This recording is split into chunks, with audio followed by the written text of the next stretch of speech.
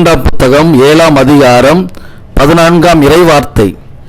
நாட்டுக்கு நலம் அளிப்பேன் என்ற நலன்மிகு வார்த்தைகளுக்காய் நன்றி இயேசுவே. இயேசு இரட்சகரே, நாட்டை ஆளும் தலைவர்கள் நீதியோடும் நேர்மையோடும் செயல்பட நிறை ஞானம் நல்குவீராக.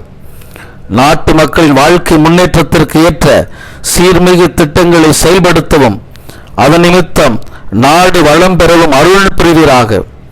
நாட்டின் பொருளாதார வளர்ச்சி அடைந்து மக்கள் அனைவரும் வளமோடு வாழ நாட்டில் அமைதி நிலவ திருவுளம் பற்றுவீராக.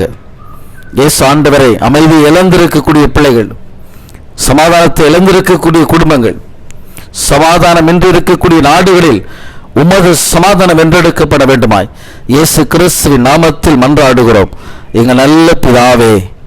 ஆமென், ஆமென், ஆமென்.